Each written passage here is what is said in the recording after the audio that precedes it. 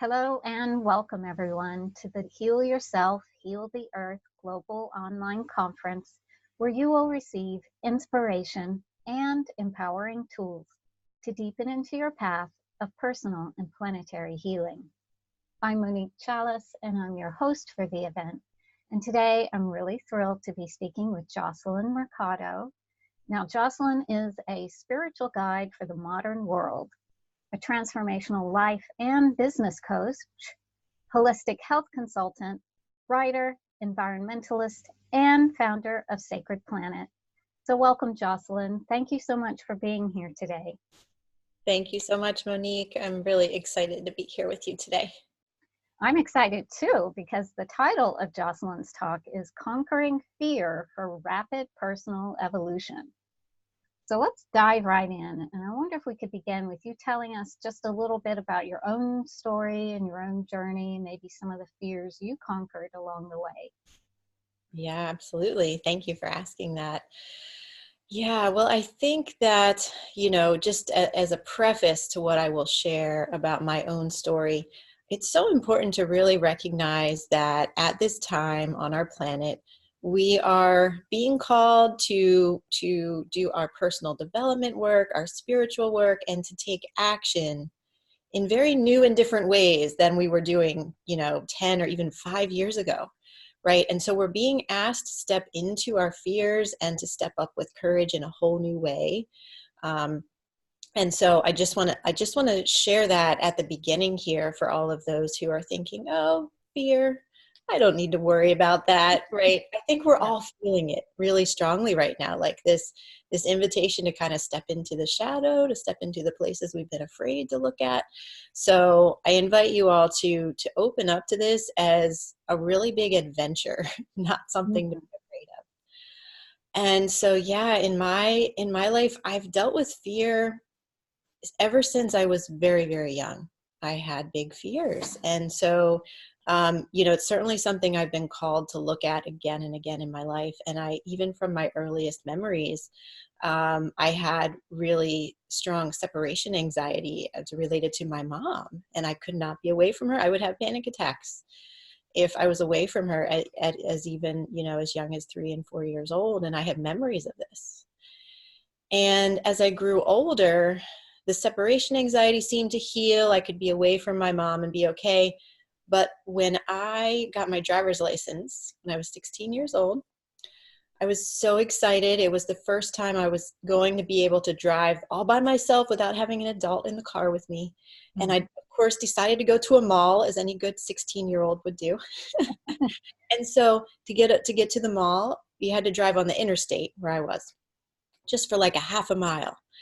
And I did my thing and I drove and I got on the interstate and I was almost there. And as soon as I got on the interstate, I had a massive panic attack. It completely took me by surprise. And, I wasn't expecting that at all. And I pulled over on the side of the road and I was crying, called my parents, the whole thing, and eventually made it to the mall. But that was very traumatizing because it seemed to come out of nowhere. Mm. And so what's happened with that is that I figured out I have some kind of a fear of traveling, right? And so it involves like planes, trains, and automobiles. Okay. Those things bring up a lot of fear for me and will often create panic attacks when I need to travel. So this is something I've dealt with all throughout my life. And I've even purposely taken jobs. Even when I was in corporate, I would purposely take jobs where I had to travel a lot. And it's like there's this piece inside of me that even though I'm terrified is saying, don't let that keep you down, right? Right. And it's this ongoing struggle. So I just want to share with everybody out there, if whatever your fears are, and some of them are more debilitating than others, right? But whatever your fears are, what I have learned in my life is that this is a clue. This is a golden thread, although it may not seem like very golden. It's a golden thread to something that we really need to follow and look into and ask the questions about why is it there and what is it trying to teach us. And there are just huge breakthroughs, huge amounts of self-discovery when we're willing to go toward the fear and not run away from it, right? When we're willing to look it in the eye. One other thing I'll share about my personal journey is that in the process of starting my business, Sacred Planet, it created a situation where I was dealing with a lot of fears all at one time. So it was very interesting because I was in this corporate job. I was working in finance. Everything on the outside looked great, successful, moving up the ladder, all these things, and then inside I was dying. My soul was just being crushed every day that I had to go into that place, and it was interesting because, the universe helps us out and the universe creates when we're supposed to move out of something and into a new and different thing. Universe has a way of making things extremely difficult, so we get pushed out of the old situation. Right. So that may be something that listeners are going through too. Like if there's a relationship or a job or some kind of situation in your life that has become just completely impossible, that's probably the universe trying to kick you out of there and into what's next. But in this situation, my boss, who was the CFO, she just had it in for me. She just hated me. I never did anything to her. I don't know what it was. So the situation was getting terrible. But at the same time, I had all these ideas coming through about Sacred Planet and what I wanted to create and what I wanted to do. Mm-hmm. And I took a big leap in starting Sacred Planet and leaving my finance job pretty early on in the entrepreneurial process. So that brought up a lot of fear, because financial security is a pretty necessary thing, in our world. Right. And I had little kids. My kids were 1 and 4 at the time. And also it was becoming clear that I needed to leave my marriage. All of that was happening at the same time. Right. Wow. So that was a situation where I knew enough at that point that I could see the signs, I could see what I was being guided to do. And I took that leap, took a few leaps at a time, but it was very scary. And so this may be, again, for listeners, you may not have a phobia, like I had a phobia about traveling, but you may have like impossible situations in your life. And the only way out is to do something that's really, really scary. So again, I invite you to see that not as something to be terrified about, but as something to look for, really, what is the new opportunity that's trying to come through here?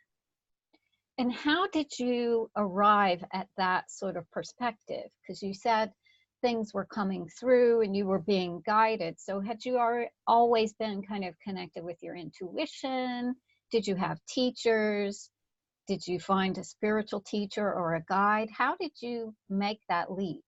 Yeah, that's such an important question, for sure. So when I was in corporate for many, many years, I was very cut off from my intuition. I never dreamed or never remembered my dreams, right? All of that was completely out of my realm, right? And so it all changed in 2010 when my older daughter was born. And I just experienced, I call it like a sacred feminine awakening, of becoming a mother and holding this little baby in my arms and looking down at her and thinking, oh my gosh, what am I doing with my life? What kind of a world am I creating for her? Mm. And what kind of a life do I want to model for her? And all the walls were just crashing down inside of me, all the constructs of like, I need to, I got my bachelor's degree and I got my MBA and I got this job and I moved up in my job and everything, all the things you're supposed to do. Right. And all of a sudden, all of those things were just like, it was just so clear that was not what was important anymore. And so at that point, I had no idea where to turn. I actually went into a pretty deep depression for a couple of years because I didn't know what else there was supposed to be. And what I did to emerge from that was I started reading every book I could get my hands on about all different world religions and spiritual traditions, because I thought, well, I'm asking these questions about why are we here? What kind of a world am I trying to create? What am I supposed to be doing? Some of these religions must have the answer, and what really stood out to me and what I kept coming back to again and again was indigenous wisdom and ancient traditions. And very much earth-based and shamanic wisdom.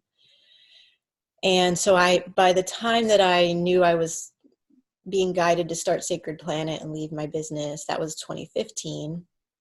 I'm sorry, and leave my job. That was 2015. And I had been doing a regular shamanic journeying practice for a few years and had gotten much more connected with my intuition and able to receive, you know, the information, the visions and the insights and the knowing about what I was meant to do next. So I was very, very fortunate to have had those experiences at that point and have a sense of what to follow.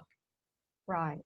So what about shamanic and indigenous wisdom gave you that courage to keep moving in that direction? I mean, your daughter being born was kind of the catalyst, and your soul is calling you.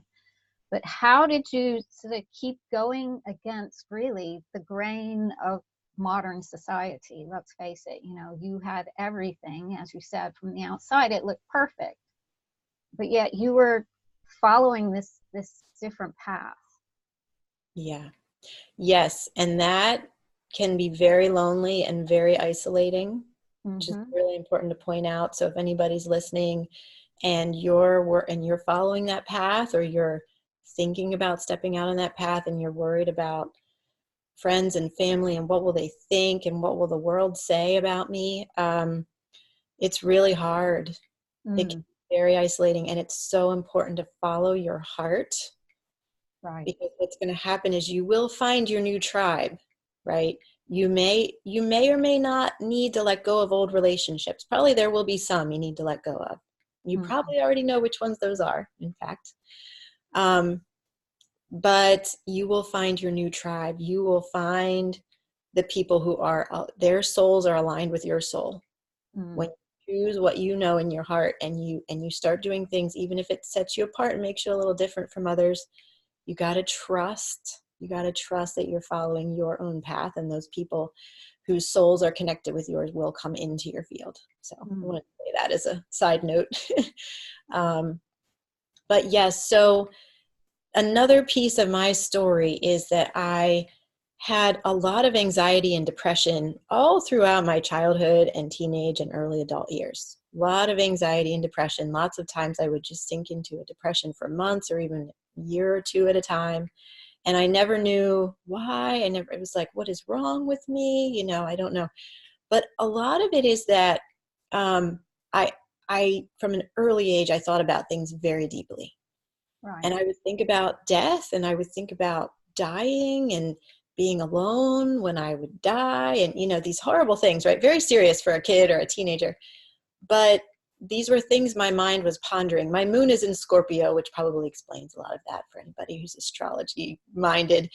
And you know, I'm very intense. I go really deeply into things, and that was different. I was, you know, just because of that, I was different than my peers, my friends. And, you know, again, wondering why am I different? What's wrong with me? And why do I feel so alone?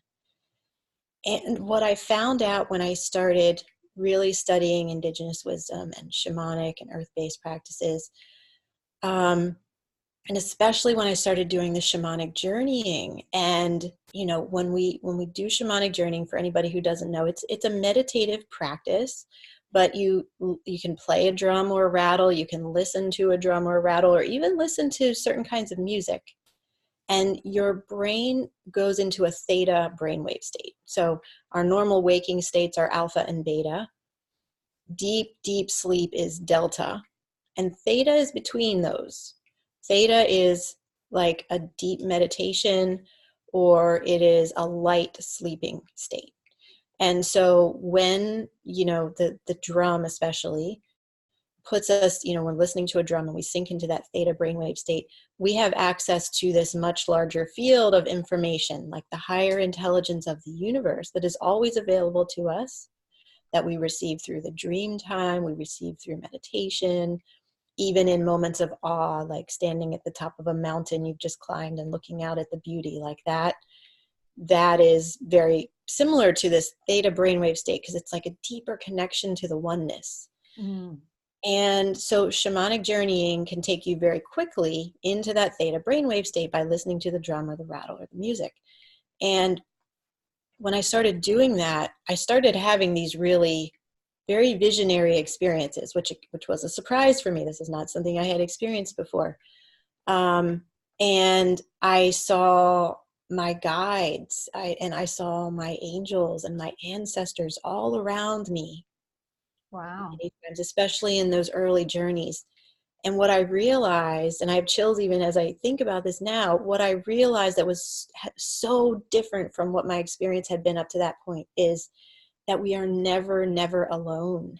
You know, I had felt so alone and isolated, different from my friends, different from everybody in my family, and Mm. always thinking, what's wrong with me? Why am I so different? And what I realized here was, first of all, I'm never alone. I'm always surrounded by this very large team of helpers who want the best for me and who are always trying to give me clues and help me and guide me, right? And we all are, like every single, of course, Monique, you know you are, and every single person listening is surrounded by this amazing team, right? Right. But also, what I learned from them was that I'm different for a reason. I'm Mm. meant to bring a unique message that others are either, you know, are just, they're not in the place in their journey to bring, right? And again, that's true for every single one of us. Mm. So whatever you are most passionate about, whatever it is, like when you get up on your soapbox and you're just like, I can't not say this. We've got to follow those things because that's why we are here in this lifetime. So all of this was coming through and through this journeying practice. I have studied with a couple of Indigenous elders over the years, which has also just opened my perspective. But really, at the time that I was starting my business, I was just beginning to work with one of those elders. It was kind of a self-directed opening to this wisdom before that point. And there's one book that I will recommend. There's a book called The Co-Creation Handbook, Ah, and yeah. it's by Elida Birch. Her last name is Birch. And this book is, I mean, it changed a lot for me. It really changed my life in many ways. And it's kind of it's an introduction to shamanic journeying, but it's also an 8-week guide to discover your life's purpose. So combining those two things, you really can't go wrong. Exactly. Wow. And that, That's your story is incredible, and it sounds, so amazing how it all opened up. And you had the courage, though. I mean, you mentioned these golden threads. What do you mean exactly by that? And I guess the more you discovered, the more it felt right. But what gave you the courage to actually, make this big leap? yeah, that's such a good question. You know, the golden threads come in a lot of different forms. They come in the form of synchronicities Mm. where, you know, like if you've been seeing 1111 and 2222 everywhere. I see 22 all Really? the time. That's Yep. awesome. Yeah. And like, that's not a mistake, you know, that's not everybody is seeing that, right? Not everybody's seeing that. So things like this, we need to pay attention to, or, you know, you can be driving along. These things can be delivered through like license plates. I've had that happen several times that were like uncanny, you know, like you're pondering a question in your mind and you're thinking, I don't know how I'm ever going to figure this out. And you read a license plate that like tells you the answer. Yeah. Or some little key phrase that you're like, oh my gosh, now I understand. It can be also very much in synchronistic meeting of the right person at the right time. Like somebody comes into your life who Hmm. you know is going to help you heal or uncover some piece of information you didn't have before. These are all golden threads. Um, and then also what my experience has been is that I will see something in a meditation or in a shamanic journey, and then it shows up in real life. Now, Wow. I think that's kind of extraordinary, and I'm like so grateful and blessed to be experiencing that. But you know, one of the big things for me was that in my early journeying practice, I would often see this snow-capped mountain Mm. in my journeys. And I didn't know where it was. I couldn't tell. It was like there were pine trees behind me, the snow-capped mountain in front of me, and a river and some scraggly bushes in front of me. And my guide would just bring me here and sit me down by this mountain every single time in a journey. And I had no idea. And then nothing would happen. And I was like, why? Why am I here? Okay, it's pretty. And then I got a message in one of those journeys to go to New Mexico. And I had never been to New Mexico at that time. I was expecting it to be like cactuses and sand and stuff Right. like that, deserty. And when we went, and so that was my first experience meeting Pat McCabe, Woman Stand Shining. She leads an amazing, beautiful journey in New Mexico every May. And so we flew, I flew into New Mexico. We were driving in as a group. We came around the bend of this one mountain, and that mountain was there, the one I had been seeing in my journeys. And, it was very synchronistic that I even found out about this New Mexico trip. It's like all the little steps line up. And so, we were there. I saw this mountain and I was like, oh my gosh, that's it. That's what I've been seeing how is this possible? It's right here. It's actually. And one day we even drove over to the other side of the mountain. And from that side, it was exactly what I would have seen in my journeys. It was pine trees behind me, water and scraggly trees in front of me, and that snow-capped mountain off in the distance. And I couldn't believe it. I just really. So this is that's a somewhat unusual example, but there are different ways that this is happening. Like for everybody listening, really look in your life for what are the steps that have unfolded that it's kind of a miracle that it turned out that way, right? Or it's like if you hadn't met this person, you would never have met this person, and you would have never met this person, and this person changed everything. Look for Right. the places in your life where the events have lined up in magical and uncanny ways, right? That is a golden thread. And then the one other kind of golden thread that I want to mention is when we are just extremely passionate about something, or when we have a longing to Right. do something, and it might not make sense in the larger context of our life. For me, I was always, ever since I was a kid, I was very interested in stars and planets. But I was focusing on school, and I was focusing on then get college, and then getting a job, and then getting married, and there was no room for stars or planets. Right. In my work now, it's so connected with the cosmos. So just whatever your longings are, whatever you love to do as a child, whatever just lights you up, even if it doesn't make sense in the context of your life right now, you've got to follow that. That is a golden thread. So hopefully that gives some good examples.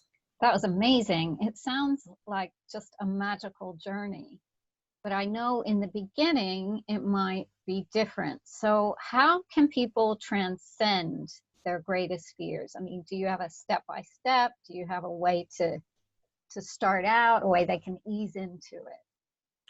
Yeah, definitely. I have a few ideas for people. So one thing is, and this is something I mentioned earlier, if there's something that you're really afraid of, and you have a sense that it is trying to point you toward your purpose, you've got to go toward that, right? You've got to find the courage. And it's so important to note that courage is not fearlessness.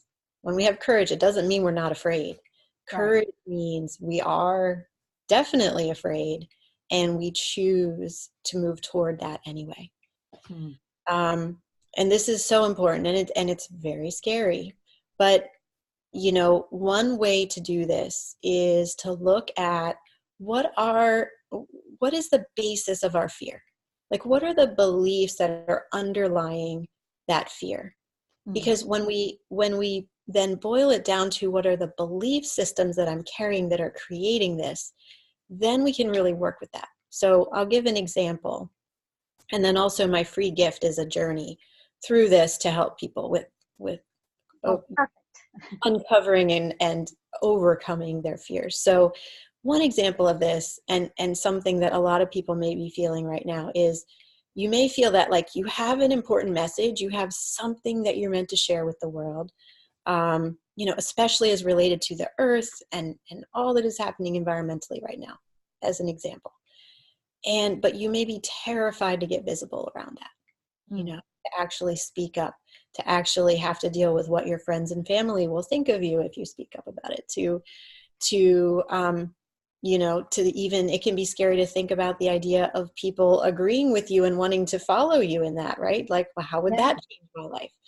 So there's lots of ways that visibility can really terrify us, but we may know, right, that like that's the direction that I need to go in. So we can look at what is the fear underlying, or the belief underlying that fear, right? Right. So if it's a fear of visibility, or a fear of what if I'm not good enough, smart enough, brave enough, to do this, what we can do is go back and look at childhood events. And also, for some people, if you are aware of past lives that you've had, or ancestral lineage events that might be tied to this, that can be really, really important. Because often these fears and these belief systems that we carry are a pattern that's been repeated over many generations or through many different lives of your soul, right? So maybe as a kid, so with this looking at visibility, like I'm afraid to be visible.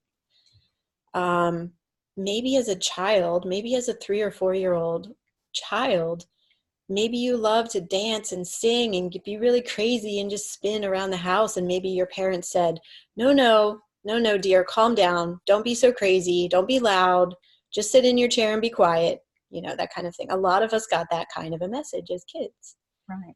And when we hear that again and again and again, that little girl that, or little boy that just wants to like dance and sing and spin and play, starts to dampen down that,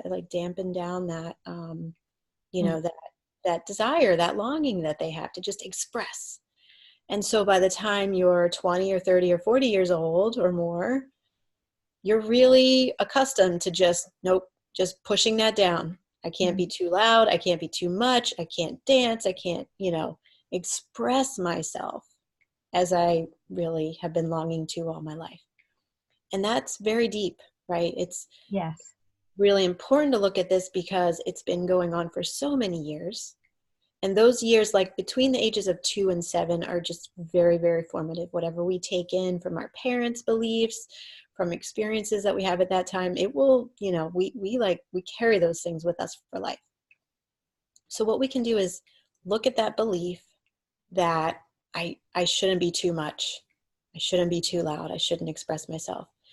And what we need to realize about these beliefs that we hold is that they may have served us really, really well at one point in time. So maybe as a 3-year-old and a 4-year-old, to fit into your family unit and to be loved and accepted by your family, it was very important for you to listen to that and to calm down and be quiet.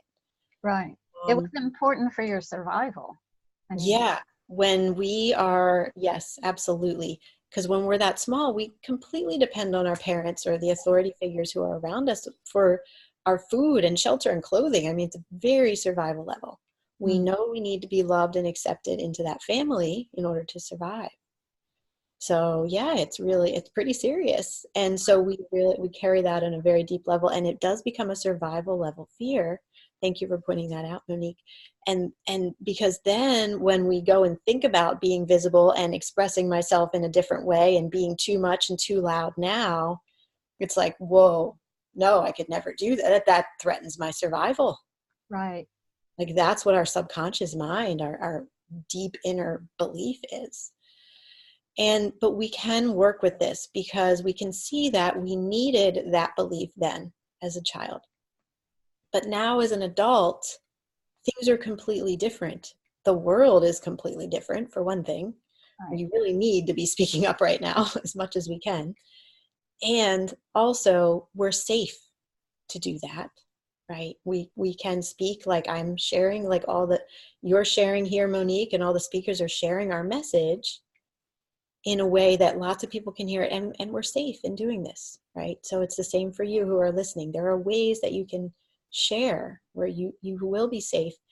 And so we can really like thank that belief that helped us out when we were a little child, Right. but acknowledge that I don't need this anymore. I don't need this belief anymore. And I want to release you, and I am releasing you. And so this, in my free gift, it walks you through this whole process. So if this feels really important to anybody, we can, you can dive in there. And then the final step of this is, once you've set the intention to release that old belief, you get to choose a new belief, right? Because we always have the power to choose. We don't give ourselves enough credit in this area. We often feel like we're stuck and we're trapped in situations. And we can be very enmeshed in a difficult situation, but we can always choose a different belief, a different perspective that will, over the course of time, change everything. Right. So, for example, in this, example, your new belief that you choose, which I also call an empowering truth, because we're recognizing that old belief as like a lie. It's an illusion that we held as true. But when we look at it, it's really not truth. It's really an illusion. And so now we get to choose what we really know to be true. So, for example, it might be something like, it is important for me to express my message. It is safe for me to be loud. It's even safe for me to be a little too much, and the world needs me to be too much right now, so that we can make the change we need, right? Something like that. Yeah. Some kind of that new belief that you're choosing. And then you want to repeat that new belief every single day. You want to write it down, read it every morning when you wake up, or like I often program them into my phone when I'm working with shifting into new beliefs. So they'll pop up, and it's like you're being bombarded with these like new beliefs all day long. And it has a major impact on your subconscious mind, because the new belief is like directly opposed to the old belief. So as we incorporate the new one into our system more and more, the old one naturally gets rooted out and like released, pushed away, transmuted. So it's a very powerful process to work with. It creates really, really significant change. So I invite everybody to give that a try. I love that. I like to think of it as like the little piece of myself that was hanging on to that. I give it a new job, a new role, and it's to hang on to this new belief, right? That's so cool. Yeah. So let's say someone's excited, they're thinking about doing this, they want to share their message. But let's say they do share their message, and then they find out that not everyone agrees. And that can be almost, that can be hard to take, criticism. Yes, definitely. And it could kind of, have the opposite effect that it confirms their old belief. So what would you say in that situation? How do you get over that hurdle? Yeah, this is super, super important. So the thing is that, so yes, we're safe. Like I'm sharing this message today and it's safe, but there may be people that disagree, right? When we put our message out there, yes, it's quite possible there could be people that disagree with us. And we need to accept that and know, and it's like we need to set ourselves up for resilience around that, because it is very possible. And I feel at this time, like part of my title is rapid evolution. Like we're being called to evolve rapidly at this time. So the message that you are feeling compelled to share might be like way ahead of what people are largely ready for. Right. And that is a beautiful thing, but it is very, it can be very challenging when a lot of people don't agree. And especially if it's your friends and family who don't agree with you. And I've had this experience, I had to let go of my marriage because of my new belief systems that I was bringing in. It was too different for him. And we're still friends now. We're actually, we get along very well, but we had to let go of the marriage because I was going in a whole new direction. Right. And it was not comfortable for him. It was not where he wanted to go. And we couldn't reconcile that. So you may need to allow relationships to shift and change in your life And that can be really hard. Yes. And that can bring up other fears, right? But we need to have the courage to know that if we're following our heart and we are following these golden threads, you're not going to go wrong. Like, there's a much bigger plan that you're Right. being guided on. And that's what we need to stay connected to. I've also had, a bit of a falling out with my sister over this. And that's been really hard too, because she and I were always pretty close. And she just has very different spiritual beliefs and was not in alignment, right, with what my new message was. So this does happen. And it's important for us to not deny that. It's important for us to acknowledge that, my relationships probably will change when I start speaking in this way. But there are ways that we can find peace, even so. Like my sister and I, we just talk about the kids now. We don't talk about spirituality. So we've kind of called a truce in that way. Hmm. But it wasn't easy. We went through some really challenging stuff there. So yeah, it's about resilience, it's about courage, and it's about staying connected to that larger plan that maybe we can't see, or usually we can't see, but we know it's there. Right.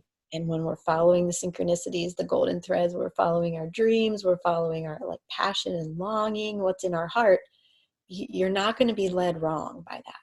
So we've got to be embraced. Yeah. Yeah, because I think when you're following your soul's path and moving towards that and following your heart, as you said, you're coming back to yourself, really. You're becoming more of yourself, your vibration's going to raise. And when you raise up, those who are at a different vibration are not going to match anymore. Yes. And, there may come a time, I have one teacher who says there's like a no man's land where you've kind of, the old ways, the old relationships have kind of fallen away, but you haven't found the new ones yet. And it feels quite lonely, but they will come. You just keep following those threads, as you said. Yeah. So and your team is always there, like your guides and your angels and your ancestors. They're there and they're helping. So really, if you're in that space of feeling really alone and isolated, tune into that guidance. Let them carry you, and they will bring you to a point of finding your new tribe. Yes, that's so beautiful. Yeah, great reminder. They can help you. So why do you think healing our fears, or how does it help heal the earth at this time? I mean, you've said we're being called to evolve rapidly. Why do you think now is the time? Yeah, well, I feel very, very strongly, and this has certainly been my experience, that there is a call going out from the earth herself and from the stars and the cosmos. Like we're in the middle. We're getting this call from all directions. And that's why so many people right now are feeling, really compelled to quit their job or to start a business or to live in a completely different way, to get off the grid or to eat different foods, whatever that might be for you in your life. It's going to be unique for everybody, but we're really, this is the rapid evolution again. We are being called to change in really big ways right now. And it's not a mistake, it's not just a coincidence that this is happening. Like the earth is calling out for our help. She is our mother in a very real and physical way. Like we come from her, and she is a living being, and we've been really hurting her, and she needs us to change. So that's a part of it. And, I don't know, there's a lot of different theories about, that we came from the stars, that there are beings in the stars that some are wanting to help us and some are not, right?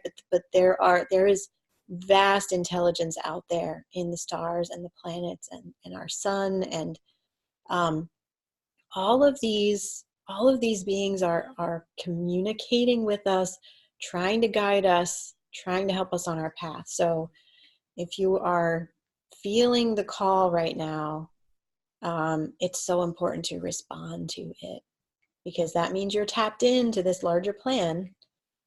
You're tapped into these higher levels of intelligence and other bodies of intelligence like our earth and stars, and you're hearing that, you're feeling that or sensing it on some level. So really look for where and how you can respond to that in your life, because inevitably whatever you're being called to do is going to help the earth and help our global collective of life in some way. That's beautiful. Yes. Well, this has been really, really fun and really, really informative, Jocelyn. Thank you so much. Did you want to say a bit more about your free gift? Sure, yes. So my free gift is a 4-week online course that's called Learning to Fly.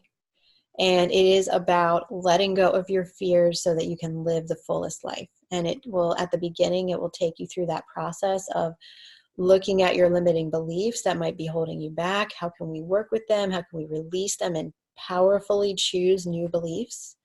And then it will continue to guide you on a process of expansion and courage and resilience. So it's very uplifting and very eye-opening and expansive. So I hope everybody will go and take a look at it and experience it. That's wonderful. Thank you so much. It's such a generous gift. So it should be under the video, so you guys can just click on the link for that. So is there anything we haven't covered, Jocelyn, that you wanted to share today, or any takeaways you want to leave everyone with? Yeah, I will just share a little piece of a much bigger story, right? But I think it's so important for people to think about right now. This has been on my mind a lot lately, is that, we're nearing the end of 2019, we're moving into 2020, and astrologically, energetically, 2020 is going to be a really big year for us to choose how we want to live. And so this is for each of us individually, but also how we want to be living on the planet. And so it's just a key time where we can move in the direction of our destiny if we want to. And the way that we can do that is by having courage, moving toward what we're afraid of, that we have a sense is a part of that destiny, and responding to the synchronicities and the signs and the golden threads that are coming our way. So I really encourage everybody, we are being given the ability for increased intuition, rapid evolution, rapid healing at this time. So if you're listening to this, I'm sure you are a highly conscious person and already on that path, but I just encourage you to really do the deep work now and really open up to what are your passions, what are your longings, what are you here to share, and look for ways, especially in 2020, that you can open up and respond to that in a big way. Because it is going to shift our global trajectory when we can all step into that. Wow, that's amazing. And you're never alone, as Jocelyn said. So, and there are lots of guides and teachers out there. So reach out and you will find your tribe, right? Absolutely. Absolutely. Yeah. And this conference that you've created, Monique, is such a beautiful way for people to get connected to teachers and to this community that you're bringing together, and really receive so much and further their journeys. So thank you for doing this. Oh, thank you for being a part of it, Jocelyn. It's just been wonderful. Thank you so much.